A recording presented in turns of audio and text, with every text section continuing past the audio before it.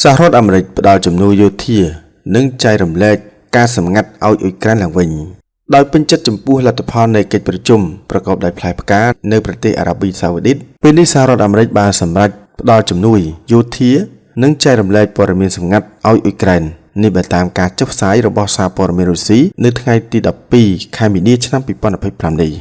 កាលពីប្រមាណសប្តាហ៍មុនទីក្រុងវ៉ាស៊ីនតោនបានកាត់ផ្តាច់ជំនួយនិងបញ្ចប់ការផ្ដល់ជំនួយព័ត៌មានសម្ងាត់អំពីរុស្ស៊ីទៅឲ្យទីក្រុងគីវព្រោះតែលោកត្រាំខឹងចិត្តក្រោយទាស់សម្ដីជាមួយនឹងលោកសេឡេនស្គី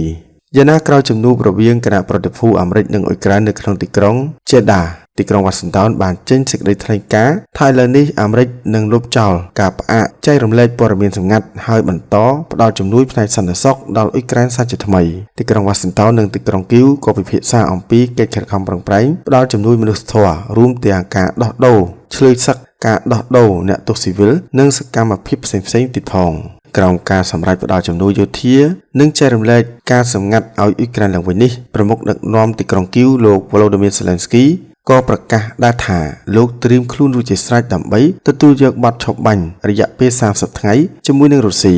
លោក Zelensky បានបញ្ជាក់ដូចនេះថាក្នុងការបង្ហោះលើ Telegram លោកនិយាយថាភាគីអាមេរិកយល់ពីហេតុផលរបស់យើងនិងទទួលយកសំណើរបស់យើងហើយយើងក៏ទទួលយកសំណើរបស់អាមេរិកសម្រាប់បទឈប់បាញ់ពេញលេញរយៈពេល30ថ្ងៃជាមួយនឹងរុស្ស៊ីដែរពាក់ព័ន្ធទៅនឹងបទឈប់បាញ់នេះដែររដ្ឋមន្ត្រីការបរទេសអាមេរិកលោក Marco Rubio បានបញ្ជាក់ថាលោកនឹងបង្ហាញសំណើនេះទៅកាន់សមាភាគីរុស្ស៊ីដើម្បីយកទៅពិចារណាទោះបីជាយ៉ាងណាក៏ដោយបទឈប់បាញ់នេះភាគីរុស្ស៊ីមិនទាន់ចេញប្រតិកម្មអ្វីទេក៏ប៉ុន្តែតាំងតែពីដើមមកទីក្រុងមូស្គូតែងតែច្រានចោលចំពោះសំណើបទឈប់បាញ់បណ្ដោះអាសន្នដោយអះអាងថាវាជាកិច្ចព្រមព្រៀងដែលមិនអាចទទួលយកបានហើយមានតែផ្ដល់ផលប្រយោជន៍ដល់អ៊ុយក្រែននិងសហរដ្ឋអាមេរិកតែប៉ុណ្ណោះសូមបញ្ជាក់ថារដ្ឋធានីមូស្គូនៃប្រទេសរុស្ស៊ីបានរងការវាយប្រហារទ្រង់ទ្រាយធំយ៉ាងគួរឲ្យភ្ញាក់ផ្អើលពីសំណាក់ដ្រូនរបស់អ៊ុយក្រែននៅរាត្រីថ្ងៃទី10ខែមីនាឆ្នាំ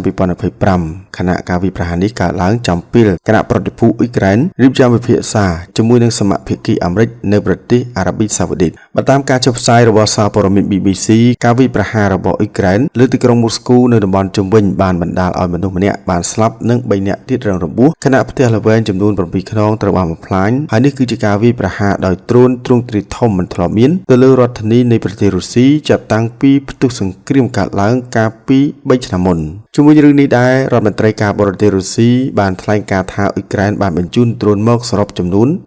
337គ្រឿងដើម្បីបើកការវាយប្រហារក៏ប៉ុន្តែក្នុងនោះភាគច្រើនត្រូវបានបាញ់ទម្លាក់ឬស្ទាក់ចាប់